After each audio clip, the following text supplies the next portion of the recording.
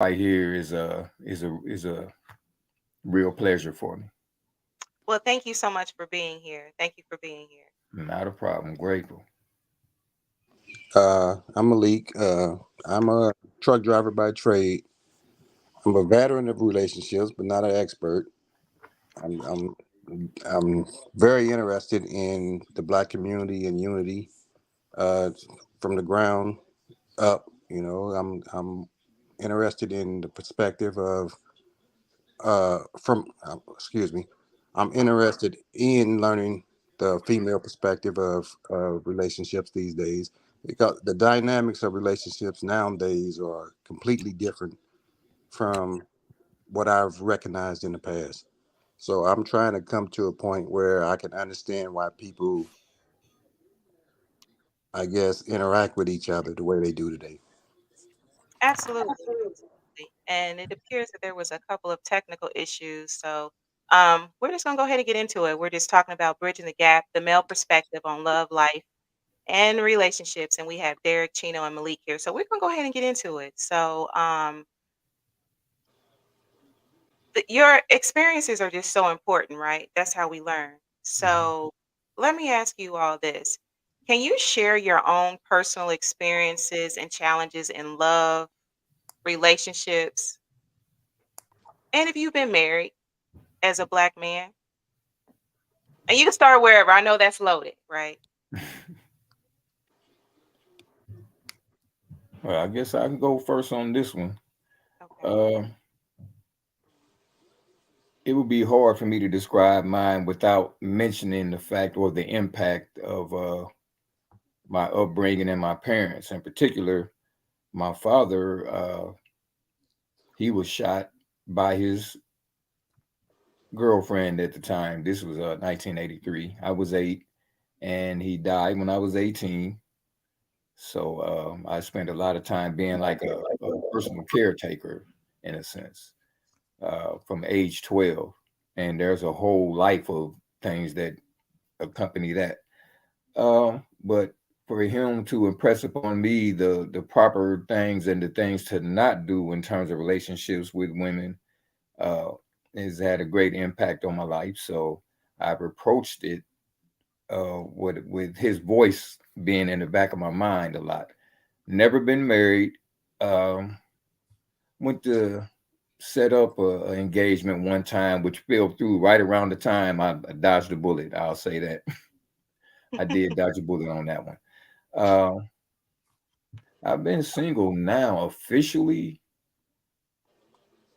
What is this? So it's going on 8 years now that I've officially been single. I've dated exclusively, like dealt with people exclusively, but uh, yeah, I haven't made it much further than that.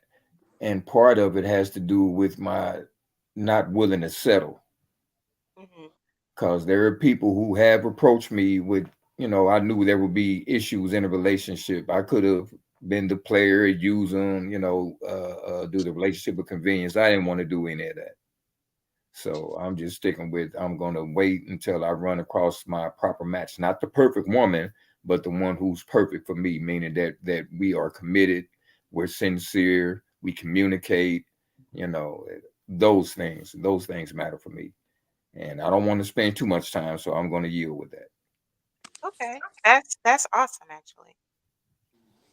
Okay, I'll step up next. I've actually had two marriages. One as a youngster, didn't really know nothing about being married. Thought I knew everything, but didn't know anything. Uh, kind of went through the struggles of being a young married couple. Still trying to grow up and be married at the same time. So that didn't work out. I was in the military at the time, so it really wasn't. Uh, I would say the best idea to be married in the military, considering you always gone, or it's always something stressful you got to deal with. So you always going to kind of have issues, you know, outside of the marriage that affect the marriage. So that was a bad situation. Then the second time I got married, I basically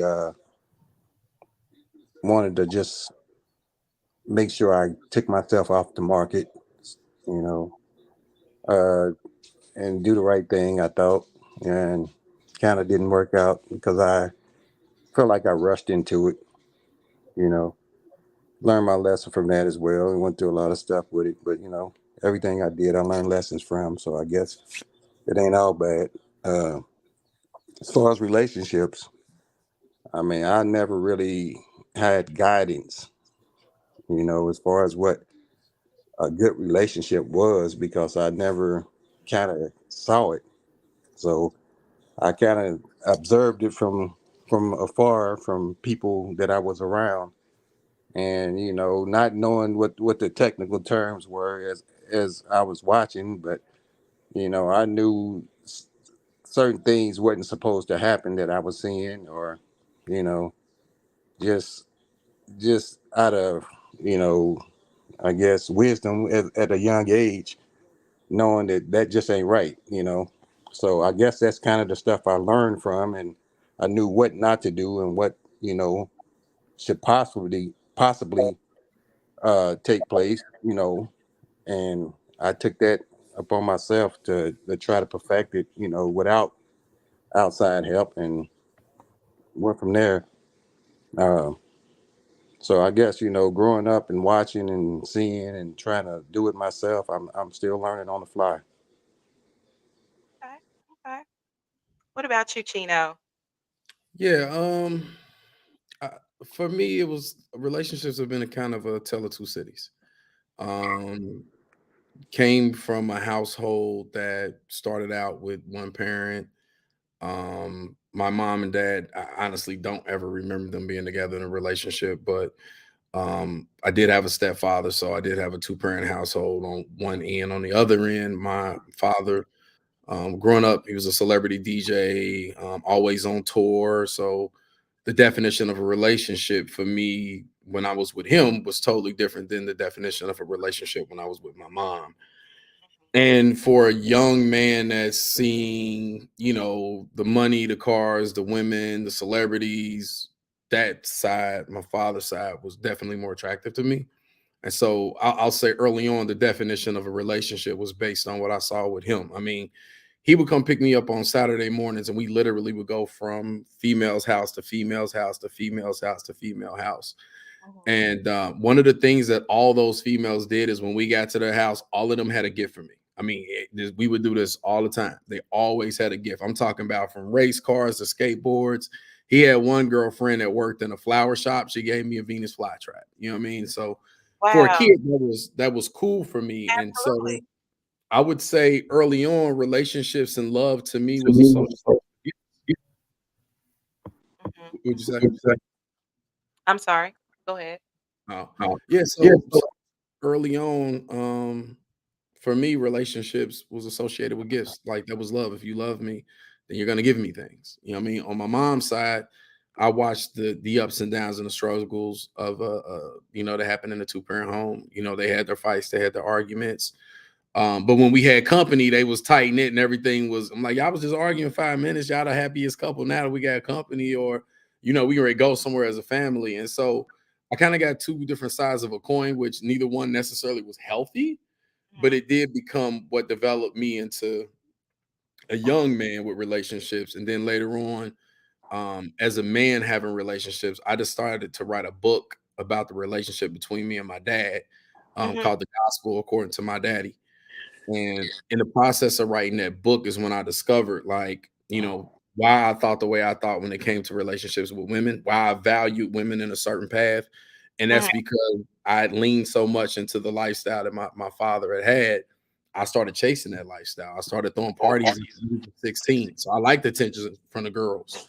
You know what I mean? Mhm. I was a high school football star. So I'm loving them clapping and screaming my name. And I'm loving all that. So again, I started to value relationships from what I could get from them as a gift more so than what I could put into the relationship, and we could have that equal balance and that reciprocity amongst each other. So I had a whole bunch of growing up to do when it was time to be a grown man because I had it all wrong. Hmm. That's real. That's real. So I would say probably your personal experiences as children, background, your past relationships, that's definitely um, been a factor in how you approach relationships, right? Mhm. So as far as like cultural or societal factors, right? Um, what cultural or societal factors do you think impact like the way black men approach dating and relationships? Mhm, mhm. Talk Ooh, about a okay, it's loaded about to question. get hot. Ooh, I feel it. Yeah. It's so many right now. I mean, Mhm, like even if you look at some of the more current situations, like this whole 50-50 thing, splitting Mm, bills down the middle. Like if you look at that, if you look at this whole concept of women going on dates with dudes that they have no interest in because you can get a mhm, free meal. Like it's so much out there culturally that just keeps spinning that it's amazing that black relationships are actually able to thrive when you deal with so much garbage that has mhm, been promoted. I mean, like I can see dysfunctional relationships. Put it like this: it's funny to me how, and I think people don't realize this, but when people be like relationship goals and it's a celebrity couple, a lot of times there's a company behind them pushing them to be that to you. So when you like, relationship goals, you're not even realizing that in some of those cases, you've already been brainwashed to think that that is a successful relationship. And so now that you're starting to identify with that relationship, you're starting to align your life with that relationship. When that relationship folds or that relationship breaks, there's a part of you and your ideology when it comes to relationships that also breaks and needs to be reset. And I'm not quite sure if those individuals reset them. And not to pick on women, but I've never seen a dude hashtag relationship goals of a picture ever. mhm. So well, you might. That part. You might, but Yeah, the way things are headed, there's no telling. Mhm, mhm. I think the first thing I'll say on that one is, come on, Will, wake up, man. Come on, man. Or just stop talking. Don't even respond no more if this is what you're gonna do. Okay, so there are several factors. For me, I have to go through the layers. And one of the layers is racism and colorism. Those are things that people tend to associate with personal preferences. They just have a preference, but even preferences have a root.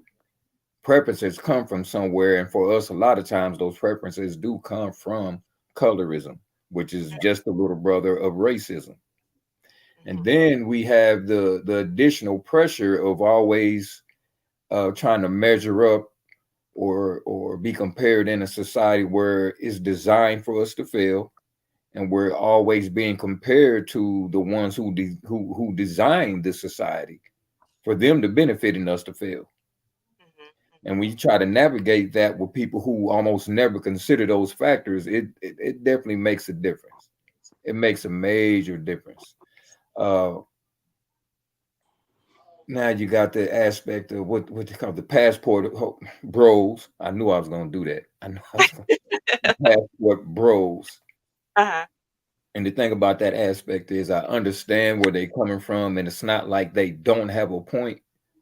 But when you're paying attention to the big picture, you notice where these brothers are going. Most of them are going to European places, or they're going to places with Latinos, the Philippines. They're going places where there are sisters there, Mhm, mhm, but they're not going after the sisters there nor here. I believe they would go to Africa, and the first thing they would do is find somebody who's into skin bleaching and all that, because let's be for real about what they're really doing. mhm, mhm, mhm. On the flip side of that, good Lord, if I get into feminism right now, I could talk for hours straight on that one. Lord. But in reality, one of the issues that we have going on right now is feminism began as a response to sexism, Mhm, but it's morphed into a straight misandry. And for us, for Black folks, I've been using the term misandra noir because it goes right with misogynoir, mm, noir, however you want to say it, if you say it correctly. But yeah, it's a real thing. And there's a guy named Dr. T. Hassan Johnson, who mhm, actually does studies. It's called Black Male Studies. I didn't know about until I started looking at all this stuff. And he's Kevin Samuels couldn't hold a candle. I'll Mm, say that. He was okay. somebody who I had pegged wrong until after he died, and it took for him to die and then women to celebrate this man's death. Yeah. You got brothers out there selling dope. I've been now, don't let me fool you. I got people all walks of life. So for Mhm. the ones that sell dope, the ones that doing dope, anything you can name in between, people with rape cases, child molest, there's people who they celebrate and send to heaven. But this dude was just trying to wake people up and give them his perspective from his expertise and his particular field, which really was for the high end. And they took that and used that to vilify him. And then he took it and used it to go viral with. And I'm still apologizing to him because when I go back and look, he has so many valid points that people are just now starting to acknowledge the points that he had were valid. Mm, okay. Mhm, mhm, People are just now starting to turn around and say, wow, Kendra G, all these other, influencers are starting to use his talking points without giving him credit. But Dr. T. Hassan Johnson, he's the one who's actually studying it from a scholastic, from an academic perspective. And a lot of what's going on is all rooted in racism and the intersection of us dealing with racism and relationships. hmm, Because traditionally, I keep referring people to the book of the Black Woman in Antiquity, because we were traditionally a matrilineal people, meaning we held the woman in high regard. And scientific, if we go with Western science, we've been around for at least 300,000 years. But written history, we only go back about 5,000 years. mhm, Colonialism, we can go back, if we go to Arabs, you can say 700 AD. The transatlantic, you can go to the 1400s. That's how long we've been approaching things from the Euro perspective, because that's what we've been assimilated into. But mhm, culturally, we still have our callbacks, even pouring out liquor, even George Floyd. The last thing he was hollering was "Mama, Mama." All these things. We have all these callbacks where we're trying to exist, like the book says, black skin,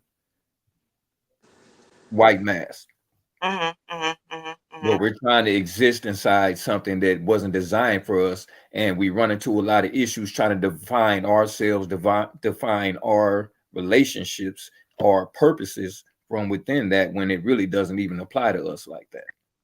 Interesting. Hmm. So let's see here.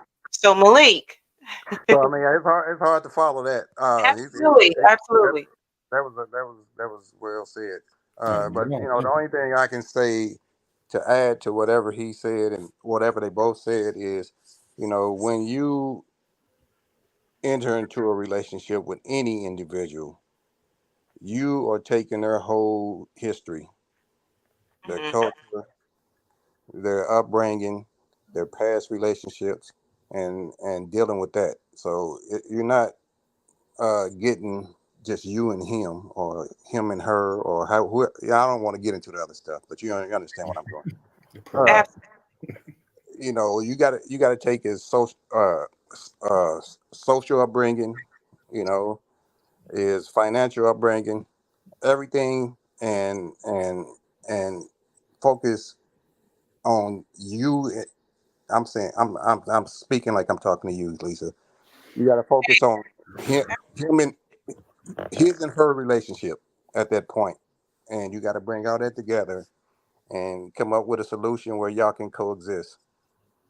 Absolutely. Absolutely.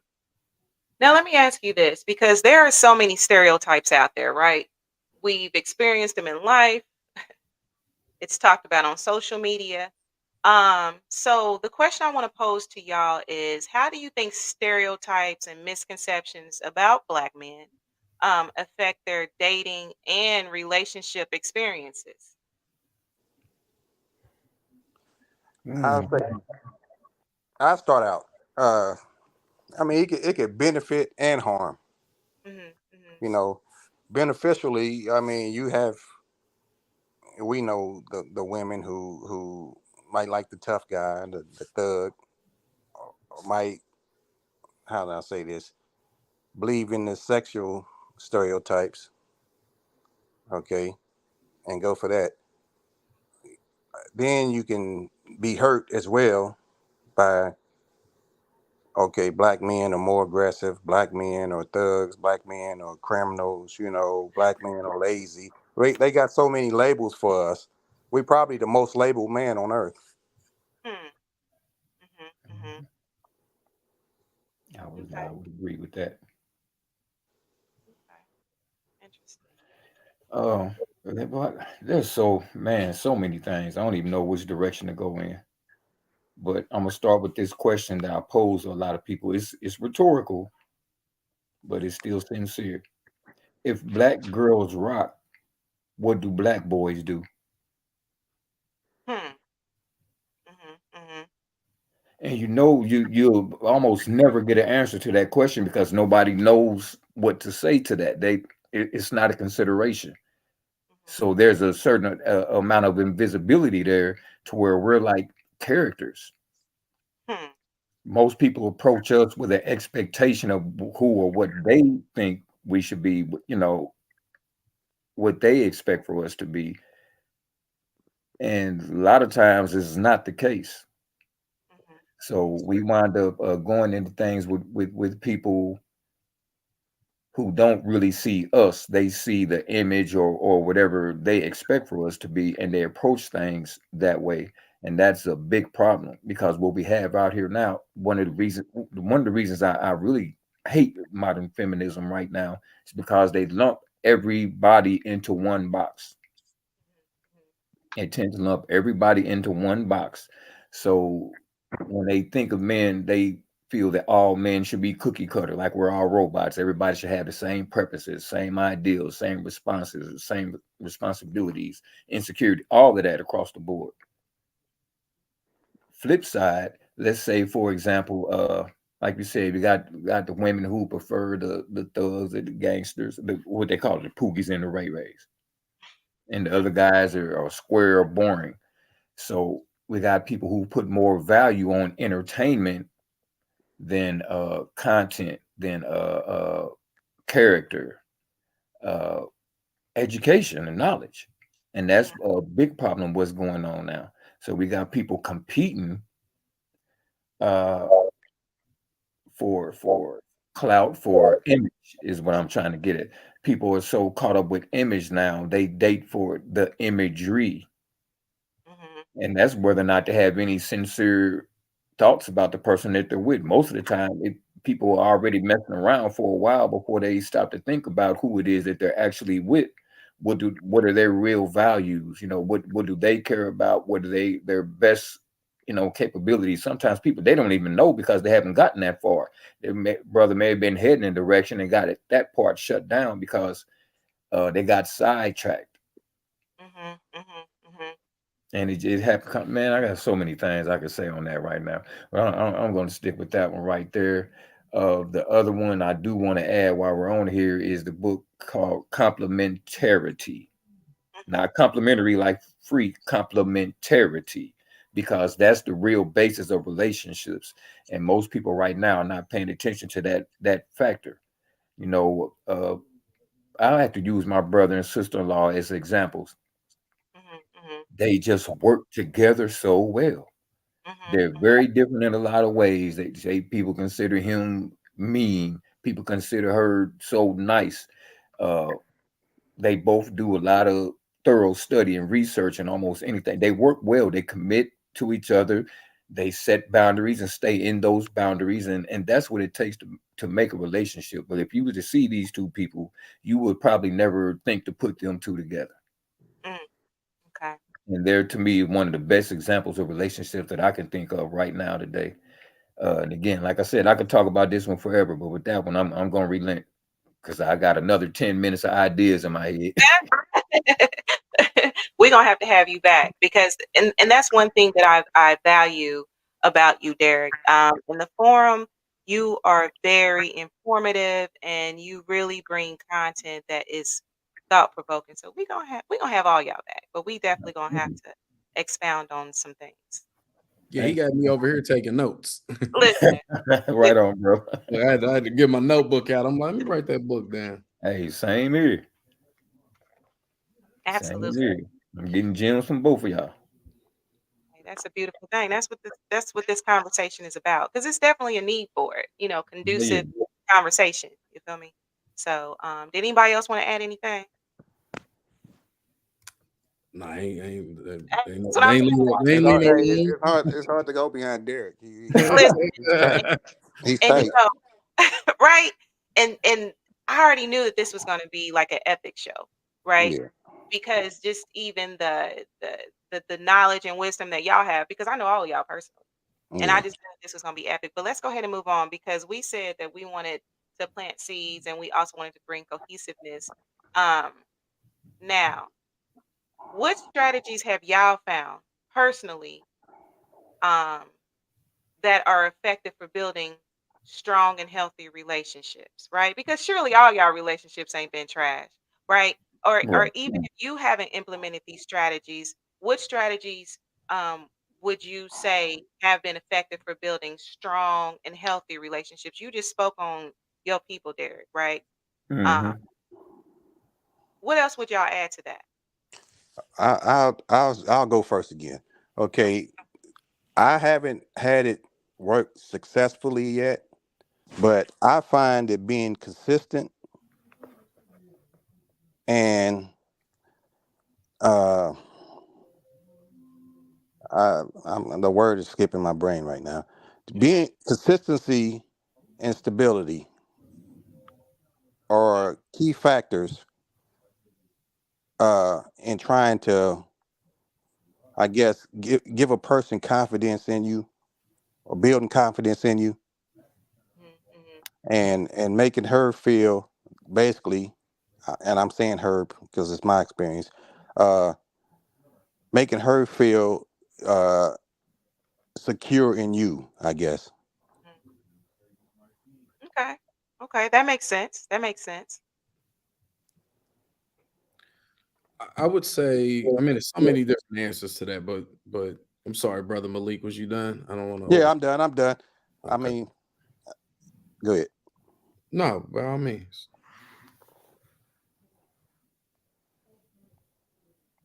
So one of the things, again, there's so many different answers to that question, but I think one of the things that rises to the top for me is expectations. I think when you look at expectations that are placed in a relationship, you can really get down to, I mean, the base fundamental mess ups or mishaps that happen, right? And so you can pick anything.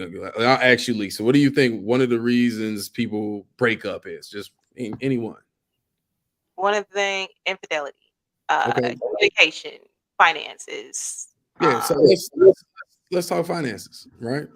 mhm, mhm, People have conversations about money, but they really don't talk about the expectation of it. Like, we'll sit down and say, okay, well, what bills do you want to take, or what bills do I take? Or you may have the conversation where you don't actually even let her pay any bills, right? mhm, But finances become a problem based on what I expect you to do or not do. If I expect you to pay all the bills and you don't pay them, we have a problem. If I expect you to give me, and I say me, but let's say a female, if she expects you to give her money for her hair, her nails, and all those things every month, and you're not able to do so, you're gonna have a problem. And mhm. so when you really look at the root of any relationship, even when it's good or bad, it's the expectation. It's what I expect of you and what you expect of me. Uh-huh. And I think Mm, a lot of times we don't communicate expectations up front, and then we fail to do those check-ins because sometimes the expectations change. Right. absolutely. I might not even know that I wanted that from you. And now Hmm. I'm expecting to get it from you, and I'm not getting it. Now I got a whole attitude. And you Hmm. like, well, why you mad? Well, I'm like, look, I go to work every day. I work hard. I come home, it ain't never no food on the table. And she like, oh, that's what you want, some food? Well, you ain't say that, right? You were expecting that, but you didn't say that. And that's Mhm. the thing about relationships is they evolve. So as your relationships evolve, your expectations are going to evolve too. I might not be expecting you to feed me every day in year one, but that don't mean that ain't gonna be the case in year two or year three. Hmm. And so I think, just again rising to the top for me is that level of expectations. And I think being honest with yourself about expectations. Can you really meet the expectations that person you with is having on you? right? Mhm. I know a lot of brothers who on Facebook arguing about that 50-50 because they can't pay all the bills. Mhm. Mhm. Mhm. Just being honest. Say that though. Yeah. Say that. And so Mhm. don't even lock yourself in the expectations that you know you cannot Mhm. live up to. You Mhm. know what I mean? And so, yeah, lack of reciprocity. But again, it's a matter, do you expect for things to be reciprocated? So you can pick any issue in a relationship, and I guarantee you that expectations is a part of that. You either meeting them or you're not. Mhm. That's real. That's real. That's real. Yeah, that's good and deep. I appreciate that one. Mhm. Expectations do go a long way. Um, in terms of successful, man, the things that I've seen, again, like when I use my brother as an example, uh, you have to commit. You have to, first of all, sincerity. Mhm. Mhm. Because if you're not being sincere, then you're playing games one way or another. That's just the bottom line. Even being sincere with ourselves, a lot of times we will lie to ourselves to maintain a relationship that's Mhm. not all that healthy, and sometimes we're the toxic one. You may not want to say that, but we're the one being toxic. Uh, there's there was a few words that I had lined up.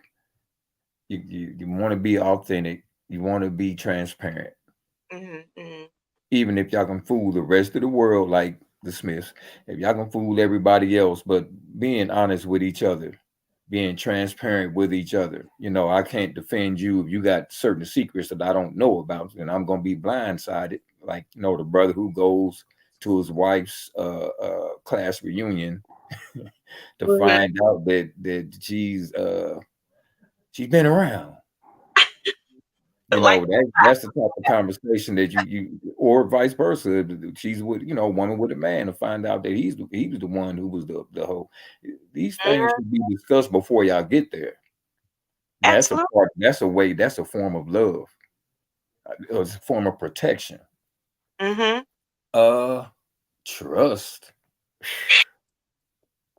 Trust. That's one of the main ones. You have to develop it. You have to have it. You have to nurture it. You have to maintain it. Um, There's more too, but again, in the interest of time, I think I'm going to stop there because the brothers already did a good job. But if I was going to pick certain ones to say what made them a successful relationship from the examples that I've seen, is those people who've had sincere love. Matter of Mhm. fact, it's interesting. I was just looking at Dr. Amos Wilson, another quote from him saying, "If you want to destroy your people, destroy the love that they have for each other." And that goes across really any type of relationships, but especially in romantic relationships. If you want to destroy that relationship, destroy the love that they have for each other within that relationship. A lot of times that comes down to trust, sincerity, transparency. All of that is incorporated in it. And of course, like I said before, it's complementarity. Your strengths, my weaknesses, my strength, your weaknesses. We put those together and let's fly together. You're gonna hold me down where I'm struggling at. I'm gonna hold you down where you're struggling at. You put that together. That's what's gonna make us a nice ladder for the future. That's real. That's real. Now, communication, right? Oh yeah. There's a wedge between men and women. I mean, even if you wanted to biblically, there was just going to be that communication wedge, right? And Hmm. especially, I can say between some, and I'm just going to say some, right? Because I notice using all that can just start all kind of disconnect, right? Hmm. Between some black men and women, there's a disconnect with communication, right? We not communicating, we not hearing each other or whatever. So Hmm. how, from y'all's perspective, how can we bridge this communication gap, right? I know that we kind of talked about some things before. Like, what would y'all's advice be to bridge the communication gap to improve it between black men and women, right? Lisa, you about to win a Nobel Prize if you answer this question. Listen, hey, I take Cash App. No, I don't have Cash App. I take Zelle. It's cool. It's so Well, many things that play into that question. question, right? And Mhm, I think one thing that people are scared to say and don't want to offend somebody is the mental capacity to do so. mhm, Some people just Don't. they don't have the mental capacity to have that conversation. And I know sometimes we say maturity, and it is some Mhm. people do not have the mental capacity to communicate in that manner. mhm. And this is why being equally yoked is so important outside of just the biblical reason, because Right. it's not even about you being able to communicate with everybody, but it is about you being able to communicate with your significant other or any relationship that you're in. A business relationship, a business partnership, that is a relationship. And in order for that to be successful, you still have to be able to communicate with one another. And some people don't have the capacity to do so. And some of us have been in relationships with people we know good and well, just they don't have that capacity. And you Mhm, try and you try and you try, and then I mean, it's the one thing is we have to remove the dynamic that men are hard to talk to. mm, mhm, Like you mhm, go into a conversation with somebody, and I don't care what the sex, if you go into a conversation with somebody already taking the position that they're hard to talk to, or you just don't listen to me, you're not gonna you're not gonna fulfill whatever purpose or goal it is that you have in that conversation. But again, it's so many factors that play into that because all women aren't the same. But y'all do got a lot of the same qualities. Um, here I'll wrap it up because I don't want to be long winded because again, there's a lot of answers. But I think that one thing to think about is the way that men respond to what I would call an aggressive conversation and the way that women respond to aggressive conversation. We have to be able to identify that. Like as a man, the more you make us mad, we're gonna think physically speaking. With a mhm, woman, the more y'all get more emotional, right? We got to be able to recognize that with each other. I'm not saying every woman gets emotional, but typically that's kind of how it goes. You got to be able to recognize that in your partner where you're pushing a button that starts to become a wall, where nothing is getting through, versus you actually reaching her, and vice versa, that woman reaching that man. And so recognize the difference in the way that people communicate, and pay attention to the body language that exists too, because you can tell when you pissing somebody off and when you ain't. Mhm. mhm. Yeah. The key point you sorry. Hello. Go ahead. Yeah, we can hear you. Oh, something happened on my phone. I pushed up. Okay. The key point you just brought up was emotional maturity. Mhm. If people don't have emotional maturity, your conversation between each others is limited consistently. You can't even get off. You can't even start out a conversation with somebody who's already, like you said, looking at it from the angle that okay, this person is gonna say something to make me mad, Mhm, mhm, Mhm. and that that's a build up. If it's a relationship, that's a build up from previous conversations. So at some point, somebody got to come to the conclusion that if we're gonna be in this situation together, we got to learn how, in some way, God only can help us if in most situations to be honest and say what we got to say so we can get to the next step. Because every time you don't do that, you taking a step back, mhm, and then mhm. you piling up on what you've already created. So I mean, communication could have been broke down maybe about 9 months ago in like 15 to 20 other arguments, Mhm, mhm, and you never, you know, took the steps to resolve any of the issues that got you to this 15th, 20th argument. mhm, mhm, mhm. So it starts from the beginning, I guess. That makes sense. That makes sense. Uh, one of our listeners was saying, learn your person's communication style, right? Oh yeah, that makes all. Oh, that's a whole lot. Uh, I was expecting for somebody to say it so I wouldn't have to bother with it. But yeah, love languages in That's a terms of whole show in bridging. itself. Absolutely. Yeah, that's a whole nother show. Individually, in terms of relationships, yeah, just learning. Like I said, knowledge is power. That's I don't care what nobody say. You can incorporate that almost anywhere. Knowledge is power. You need to know who you are. You need to know who you're dealing with, Mhm, mhm, and it helps to know what their love languages are, so y'all not. saying, in some cases you both want the same things, but you communicate it differently, and it's just driving bigger and bigger wedges. Um, in terms of collectively and in terms of community, when I say bridging the communication gap, there's a few things. For one, Mhm. we have to make knowledge sexy again. Mhm. We Mhm. have to make education and things like that. That has to start to matter again. Without that and everything being based on entertainment, we were only going to get so far because knowledge, there are ways, songs, poetry, paintings, and all these things. They started out as forms of informing people. Even the Mhm. first writings were in forms of artwork.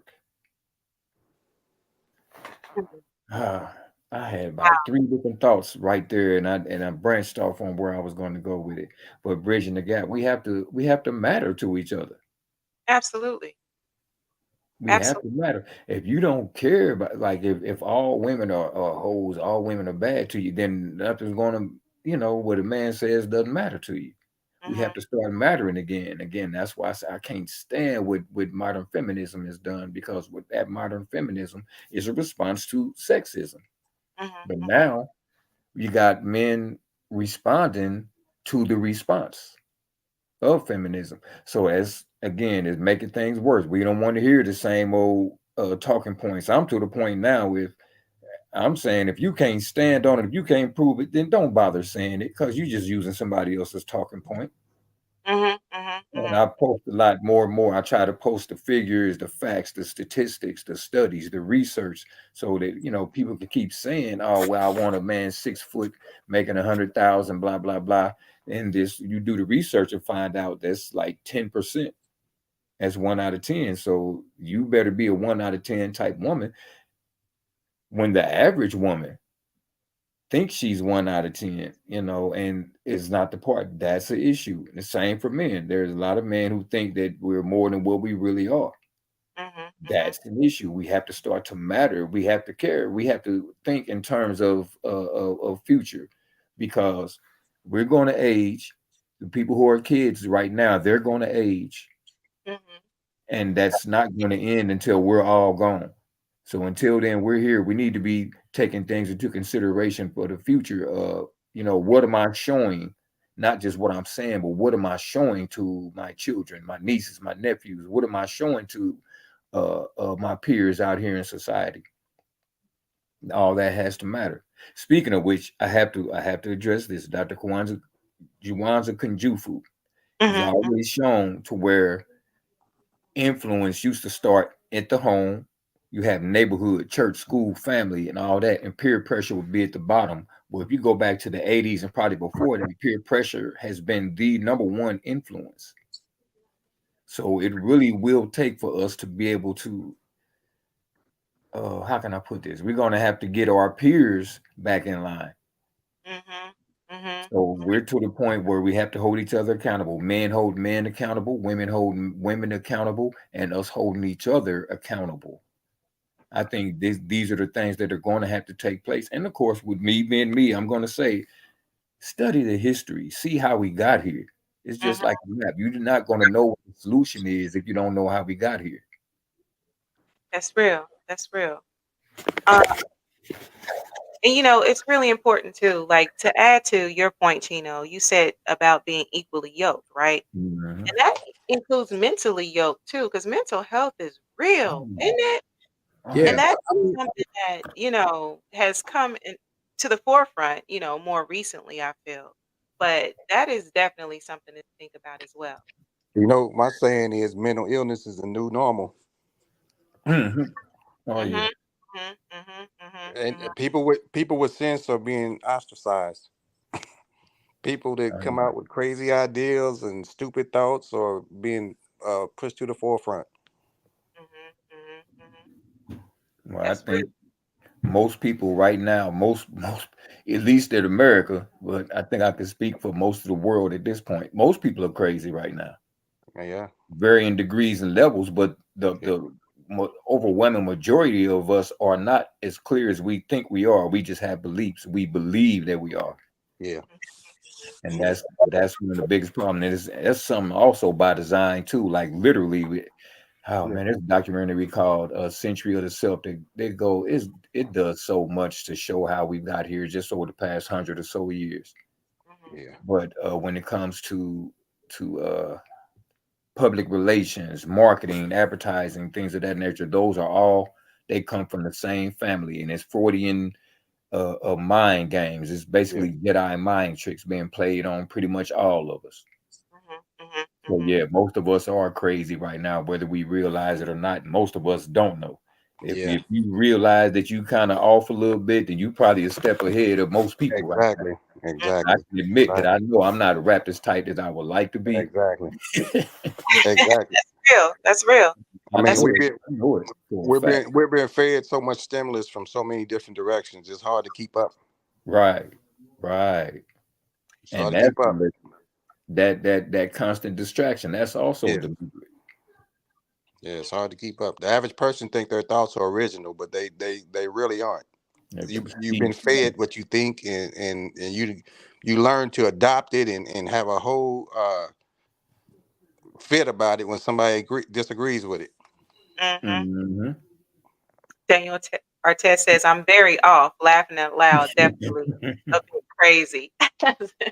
Yeah, look, I met that brother one time playing basketball. It was a long time ago, and yeah, I definitely thought you was off, bro. And I was like, yo, he's nuts. No, no. You know what? It was some interesting conversations and some parallels. And so I know the brother brought up love languages, and we were talking about equally yoked Mhm. Mhm. and expectations. And so one thing that I thought about, and I had this epiphany before one time, and it was because I hate that, and it may be just a foundational background. I'm not sure, but I hate that when we talk about equally yoked, we very rarely take it outside of the spirit, right? Like, Mhm. Mhm. let's say Mhm. I'm a talker Mhm. and you somebody who always want people to shut up. That ain't gonna work. We're not equally yoked. We don't At even all. right. So I never thought about this, but like, what if some of those love languages don't really match up, right? Mhm. Like, if my love language is physical touch and your love language is gifts, like, I wonder if we ever taken it a little deeper to think about how those love languages themselves cause conflicts in relationships, Mhm. right? You know what I mean? Because being equally yoked and being able to align and being able to vibrate at the same frequency, those love languages have to play some interference into that when we talk about relationships. You know how Mhm. people be like, we just can't get on the same page. I vibrate in two different frequencies. And I just Yeah. I just wonder like how often do love languages play a role in that inability for us to line up with our partners. So it was just a thought that kind of crossed my head. So I appreciate y'all for pushing my brain. Hey, hey, that's what Yes, this it is is about. true. I mean, that's a good point. That is a really good point. Hmm. That No, We actually for reminds that. me Mhm. of on YouTube, there's a page. It's called "We Need to Talk." I'm recommending that one to just about everybody because I like the format of the way they do it. It's very calm and take things slow and step by step. And they will address pretty much everything. But we're going to you know take a 360 view.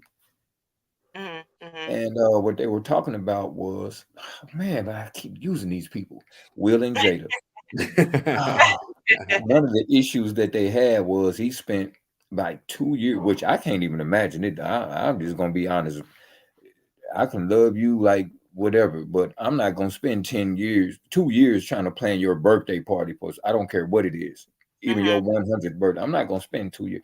He spent 2 years trying to give her the most extravagant, fancy birthday, and she said she didn't like it because it was really more about him kind of showing off what he could do for her when her preferences would have been, things that were more simple, more intimate, fewer people with stronger bonds, things of that nature.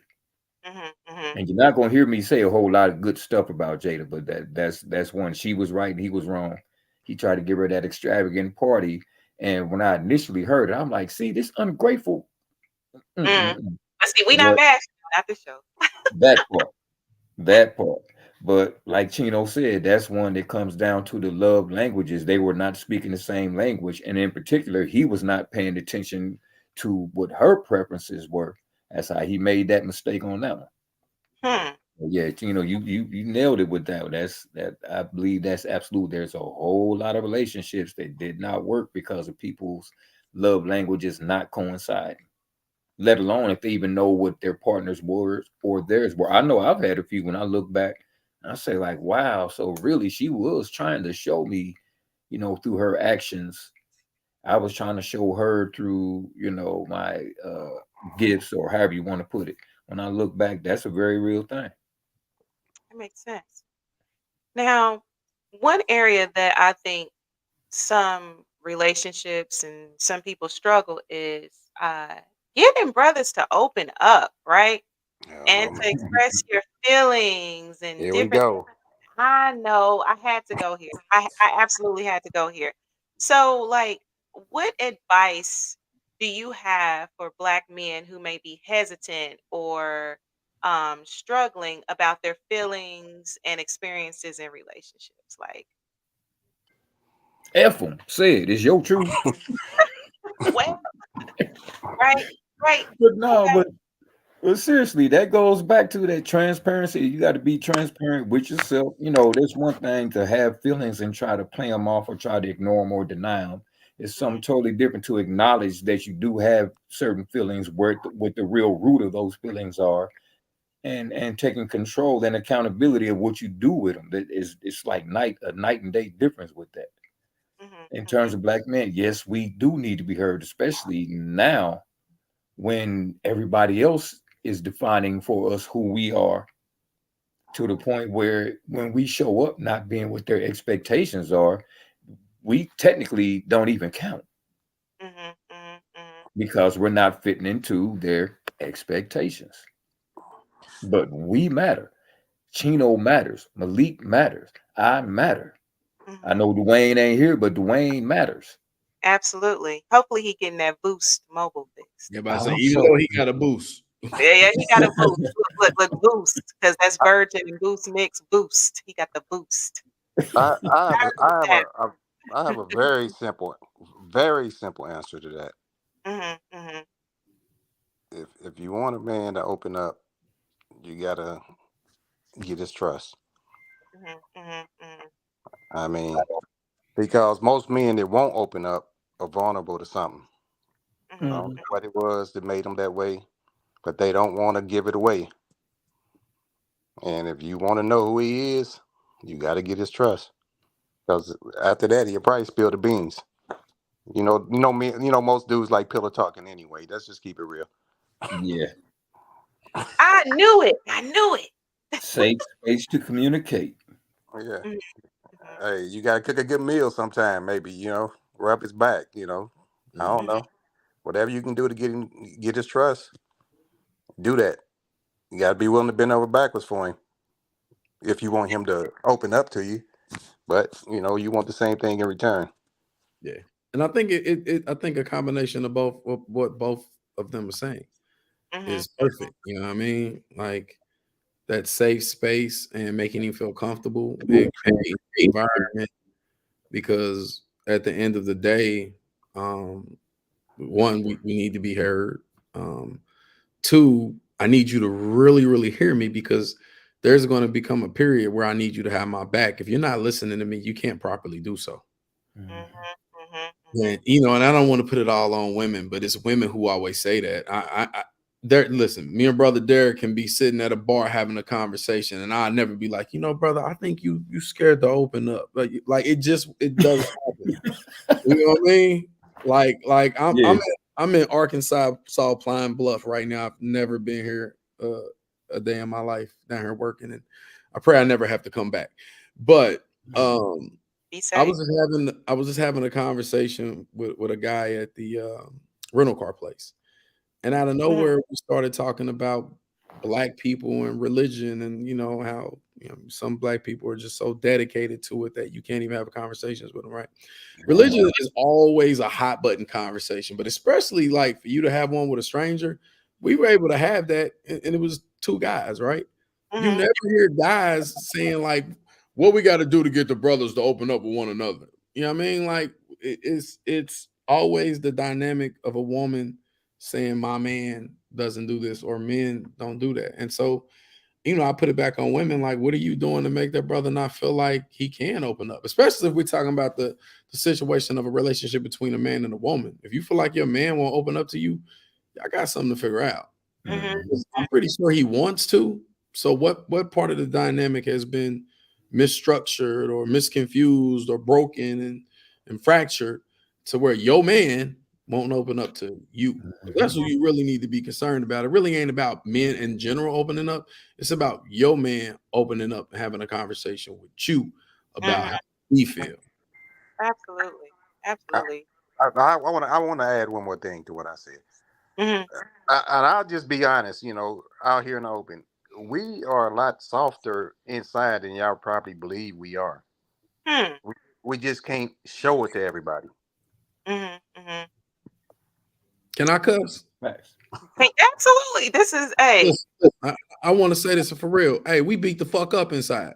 Man, There Mhm. you go. As Yep. men, we beat the fuck up.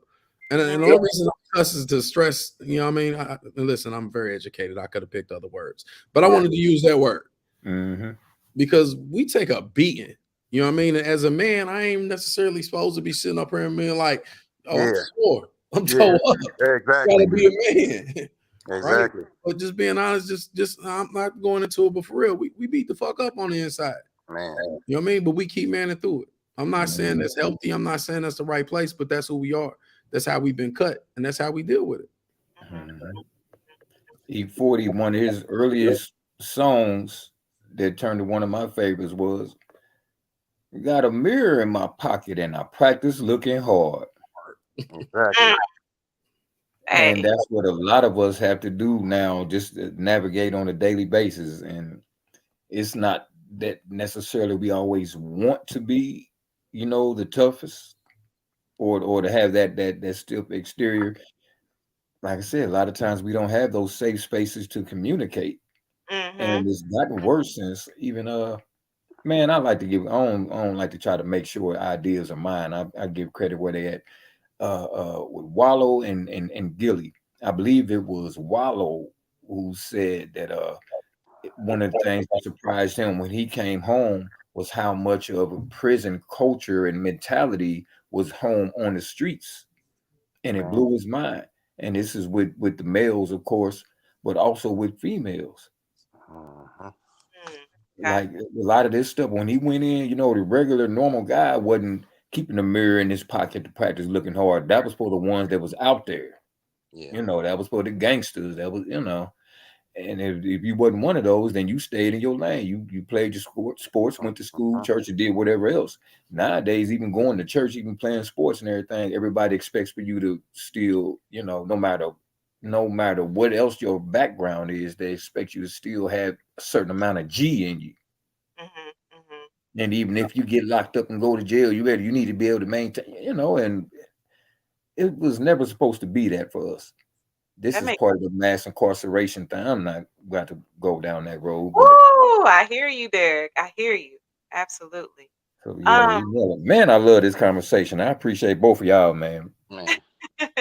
Look, y'all have to link up after the show. Now, let for me ask sure. y'all this because there's a couple more questions I want to get to, and then I'm gonna let y'all out of here because this is part one, right? This is part one, right? We will continue to have conversations like this, right? So, in what ways can like friends, family, whatever, how can we better support Black men in their pursuit of love, healthy relationships, and successful marriages? Like, what ways can we do that? I'll start out again. I think I was ruined from the start. Like I told you, my history. I Mhm, never, I never saw a good relationship. I never knew what it was. I just took bits and pieces of what I recognized as two people being together and try to figure it out for myself when it was time for me to do it. mhm, I mean, I knew there were good women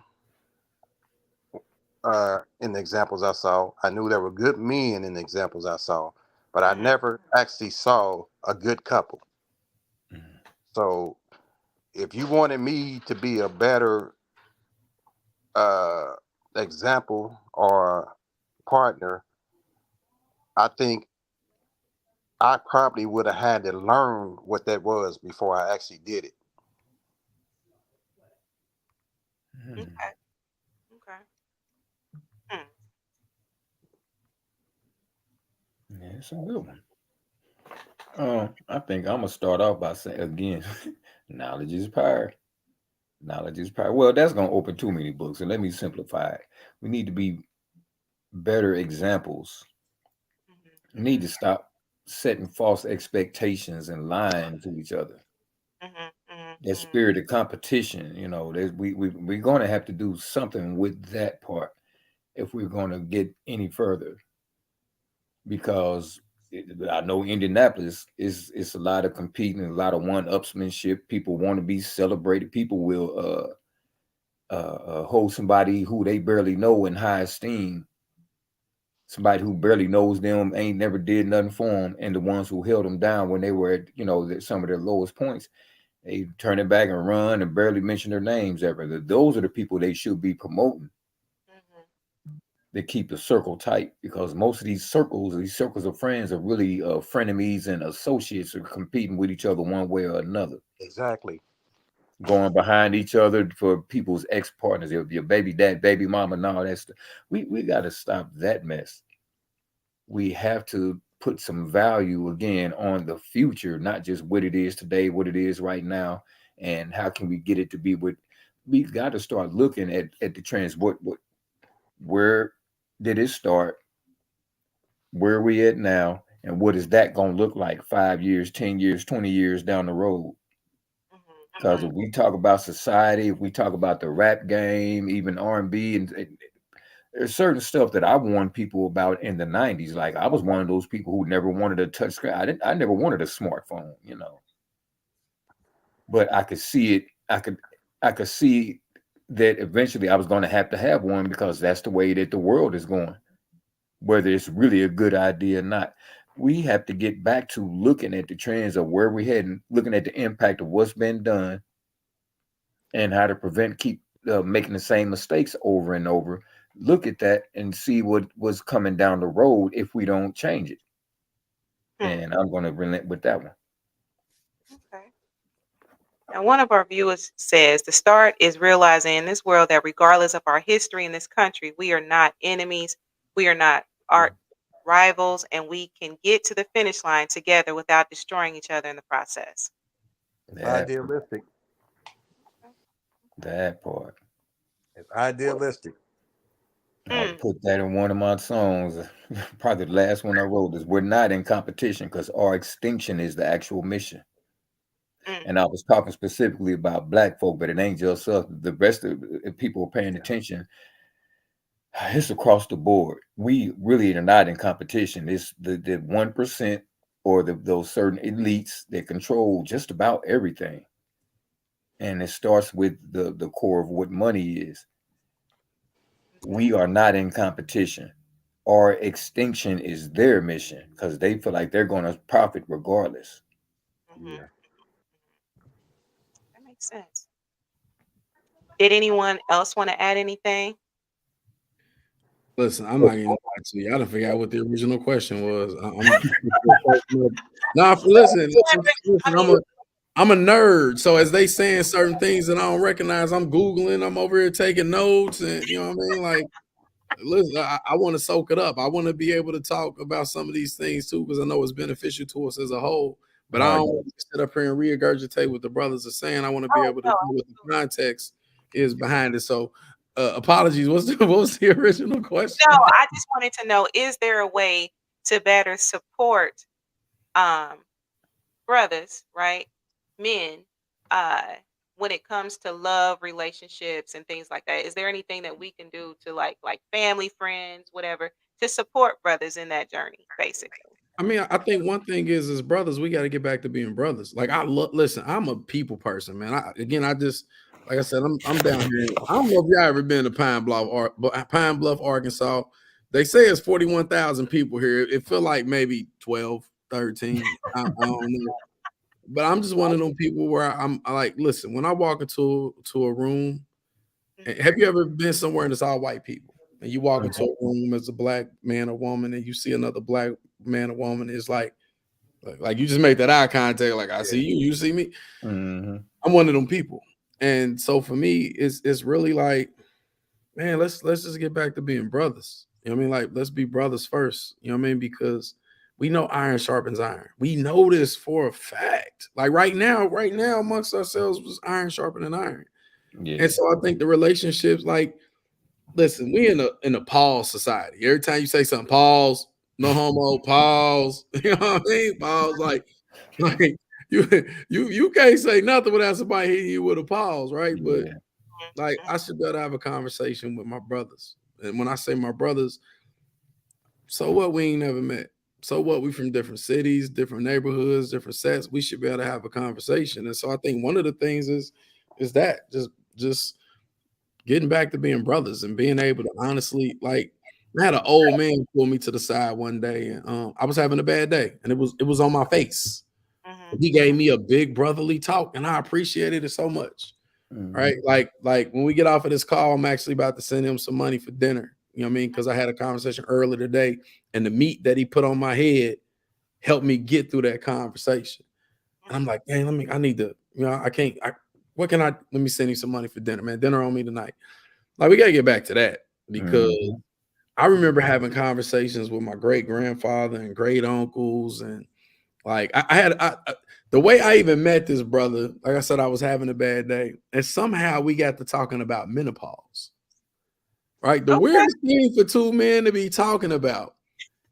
But we got to talking about menopause, and he was like, "Man, y'all hard on these young girls." Now he's 82, so young girls to him is like 30, 40, Yeah. 50. That is young. That's Yeah. timeless. And so I need to make sure I preface young girls. I'm like, I'm talking about some teenagers, all that stuff. R. Kelly, that. And so we got to talking about menopause, and he was like, when I was your age, people used to be like, yeah, man, look at that girl, look at that. Or he was like, how the old heads be like, boy, if I was your age, boy, you know what I'd be doing with that? Yeah. He's like, you know why we said that? And I'm like, why you say that, OG? He said, because nobody told us about menopause. And I'm like, what you mean? He was like, see, y'all messing with them girls who they ain't got menopause yet. He's like, you about to get introduced to a whole nother element of a relationship that nobody ever talked to you about. You're gonna misunderstand your woman, you're gonna accuse your woman, you're gonna be so confused. She gonna be so lovey-dovey on Tuesday and Thursday. She gonna tell you that you don't love her because she don't feel beautiful. I'm Mm. like, what are you talking about, man? Because I growing up, I thought menopause was heat flashes. I thought that's what it was. Women get menopause, they got heat flashes. I didn't understand the science behind it. But an old head put that on my head. And so I'm having a conversation with an older lady, and she talking about the problems that her and her husband is having and him not understanding. And I asked her, I was like, when you went to the doctor and your doctor gave you medicine for this and started breaking down what you was getting ready to go through and what you was going through, did you take your husband to the doctor with you? Well, Mm. nah, I tried to talk to him. How you gonna talk to him about menopause when you had to go talk to somebody about Mhm. menopause? What? Mhm. Right? Mhm. But I'm sitting up here giving her info. I ain't never been married. I ain't Mhm. got no wife going through menopause. But the crazy part is an old head who done went through this with two different wives is giving me the game. Now I'm transferring that to a woman, not even a man. I'm transferring it to a woman. So she like, I want you to talk to my husband. I'm like, I think all of us can just sit down and talk. It ain't gotta be, I ain't nobody's counselor. I'm just Mhm. gonna share information that was shared with me. But that was all because we got back to, and I mean, he's older. He definitely look at me more like a son than a brother. But it's so much information that we own and so much information that we have in our heads. Like I get excited about, like, this is why I love doing like conversations when it comes to relationships. Mhm. Mhm. Because the information that we learn about relationships, even if they're romantic relationships, 9 times out of 10, you can apply that to any relationship that you have. Absolutely. And it's so much information. Like I done got so much gain from these two brothers. Again, I got notes over here. I had to dig in my backpack and grab my, what I mean? And I'm Googling stuff, and I'm like, it's so much information that we get to get from one another. But if we don't talk to one another, it's so much knowledge that is just dying away. as our brothers get older and pass, and they Hmm. ain't got nobody to talk to about it, or they ain't want to talk to, or nobody wanted to listen. Mhm. That's information that we need. Like there are old ways of thinking that are dying away. Yep. That's real. That's You know what I real. mean? Like look at it. Think about house phones. You very rarely see house phones now, right? Mhm. You Hmm. can't even It's get it's one now, really. we The old gone. We don't think about it, and that's how I think sometimes we take that same approach with information and knowledge. We're not even thinking about what we losing. Like who's retaining this? Like I understand this in books, but we still gotta have them conversations. we do. Like Absolutely. I like talking. I'm a talker. I'm gonna be honest with you, but I like talking because I know how to listen, and I'm always gonna pick up something. Like I appreciate all the game I get from people that's younger than me, people that's older than Hmm. me, people that's my peers and my age. Absolutely love the information that I get from black beautiful women, and I mean beautiful in all ways. I ain't talking about just your physical. I mean we got some women out there who are super intelligent and intellectually sexy. Yeah. Hell. And it's so easy to listen to them. I'm just being honest. It's so easy to listen to somebody when you admire their intellectuality. You know what I Hmm. mean? And so, as brothers, as we start talking to each other, we'll start talking to women too. Listen, the first time you talked to a girl, it was probably another dude encouraging you to do so. Don't Oh talk. yeah. That's the truth. That's the truth. And Oh so, you yeah. know what I mean? You talk about the relationships that exist with women. And it starts with the relationships that we have with each other as brothers. Your best friend growing up is always one of your homeboys. And when you get older and you get married, is dynamic how your relationship and your wife or your girlfriend really turns into your best friend.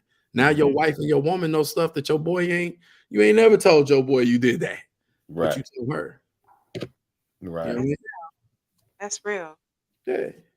Like they be Absolutely. saying, like, and I'll stop after this. Like, it's this dynamic where people be like bros before hoes, and women be like, that's da da da da. I'm gonna clean that up real quick. All Mhm. right. There's Thank you. things that like I just want people to understand that there are things that women will never ever be able to understand. They'll never be able to even internalize. But me and Derek, this is my first time meeting a good brother. We can have a conversation tomorrow, and we end up expressing information that we ain't never told a girlfriend or ever told a wife. Hmm. It's just a different dynamic. It's not bros before hoes. First off, we ain't thinking about y'all hoes. Let's be real here. Y'all not getting that. Y'all not getting mental rent free like that. Mhm. Mhm. You know what I mean? It But is. I'm having a conversation with my brother, and I'm having that conversation with my brother because that's the only person I can have it with. Like women got to respect that. There are situations that you and your girls, like I remember when at my mama age, they say girlfriends. What you doing? Going out with my girlfriends. Right. Right? Mhm. It's information that they share with their girlfriends that they'll never share with their men. And that's Mhm. okay. It's not a bros before hoes. It's just a dynamic that exists between men. Absolutely. Absolutely. That makes sense. DRT Mhm. DRTest says, but yeah, we definitely need our brothers' conversation. I have a Zoom chat weekly with my male friends about life. We call it checking in. We make Love it. sure we are okay and it's a safe space, right? There you go. There you Absolutely. go. We Wow. definitely need that.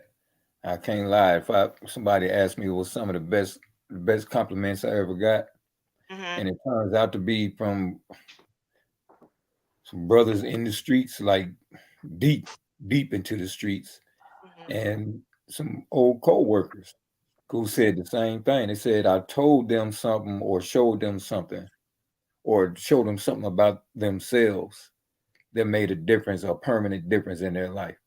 Mhm. And that's one of the things that we lose when we try to compete, for clout or to stand, try to be the loudest, the loudest brother in the room, all that stuff. We we do need to have these conversations more and more. So I really do appreciate you inviting me on here, man. That Malik Chino put a lot of meat on my head for me. I appreciate that part. Yeah. I Absolutely. appreciate that part. We got to hold each other down if we're going to make any progress.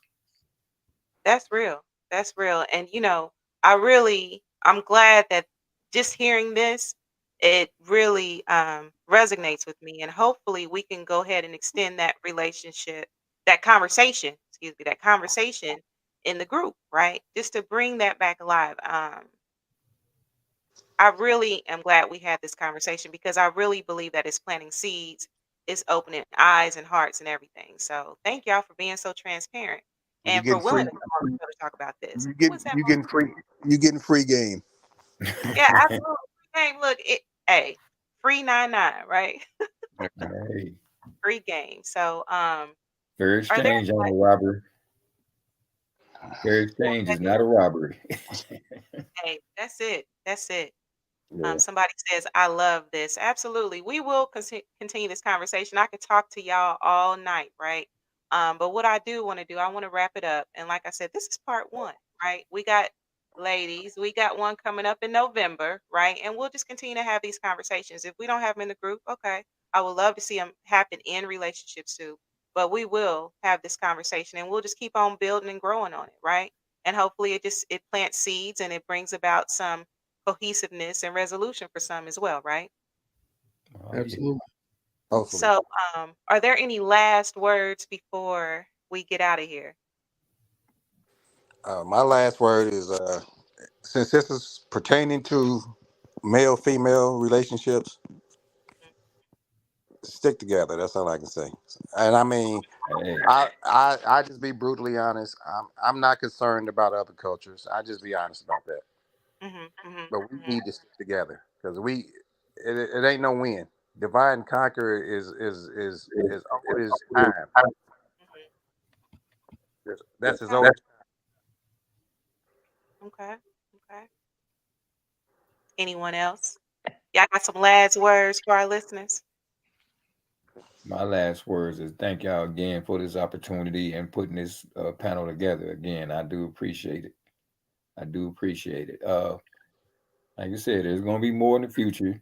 I hope this was to help clear up some misunderstandings with people, or individually in their relationships or in their friendships. I hope this has served to open people's eyes and minds on some things. And hey, people, come on, supporting. Let's blow this thing up. Absolutely, absolutely. Chino, any last words for the people? Yeah, no, thank you for I'm so glad this was, set up digitally so I could participate. I travel a lot and I miss a lot of opportunities. So I'm glad to have been able to participate. Derek, Malik, honor meeting y'all and sharing this space with y'all. Thank you for definitely sharing information that I can go back and Google and continue to build my talk tracks to Mhm. always try to give acknowledgement to the people who move me in different directions. And both of you guys have definitely dropped some gems that have moved me and made me kind of think a little bit harder about some of the things that I had thought I was going to say on this call. But then listening to some of the stuff y'all was saying, I'm like, okay, yeah, you need to rethink that. My main thing is always trying not to provide misinformation to Mhm. anybody. So I absolutely appreciate you, brother Derek, dropping some sources, as well as different websites and the YouTube. Definitely gonna check that out. Brother Malik, I know you couldn't be on with your face, man, but your voice was still as powerful. So again, Yeah. appreciate sharing this space with you. Lisa, I've been knowing you since high school, so thank you for putting this platform together. Again, like I said, man, I love just being able to talk relationships. I work in the corporate world that's all about brands, building relationships with consumers. And so I tried my best to keep myself abreast and educated, but also use the information that we get for the right purposes. Because brands do take advantage of the psychological information that we already know and use that against us. So we got to make sure that Mhm. we're spreading the right message and making sure that we keep our brothers and sisters in tuned with the right interpretation of what's coming out and what's being fed to them. Absolutely. So, where can people find you, Chino? Because I know that you do a lot. So, Man, but put it all out there. yeah, I do so much. I got like 30 different Facebooks, but you can go to my Chino Reeves page on Facebook. I try to check that as much as possible. Instagram is I am Chino Dollars. And look, I tell the world my phone number is 317-514-8904. If you serious and you want to talk and you really want to change something, then call me. That's a number that's there for public consumption. So I'm not afraid to put that out there. But yeah, Facebook, Chino Reeves, Instagram, I am Chino Dollars. It's too many social media pages, so we're gonna stick to them too. And then Lisa know me. So if you can't find me, hit up Lisa and we can connect, man, and just, do whatever. Even if it's just, listen, I'm one of them dudes, if you just having a problem with your girl and you just want to talk to it, I sit back and listen. I might have some information for you, I might not. But if you need to get it off your chest, hit me up, man. We can chat. I mean, my inbox is always open, and people, I used to do this thing called Dr. Dollars. I had to stop it because y'all was getting too ratchet, but yeah, I mean, Facebook, IG. Typically, when you type in Chino on my face and pop up, you'll see it. And again, if I could be of any help to you, Derek, or Malik, or the opportunity for us to collab and just continue to amplify positivity and share information, I'm with it. Word up, Absolutely. word up. All right, so stick around, y'all, okay? Because I have a few things for you after the show. So I'm gonna take y'all off of here and do a quick wrap up. All right.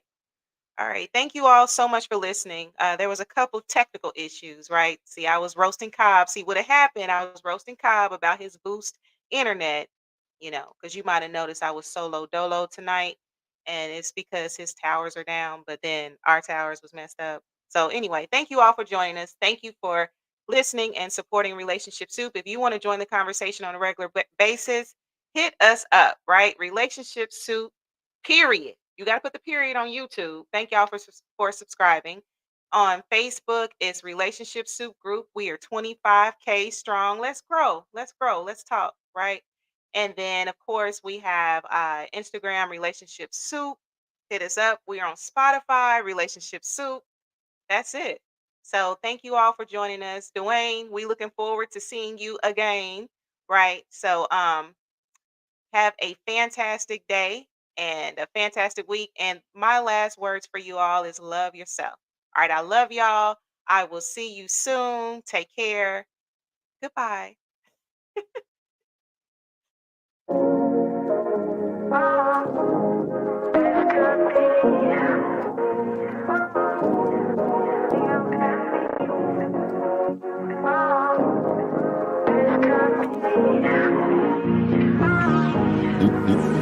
Musically.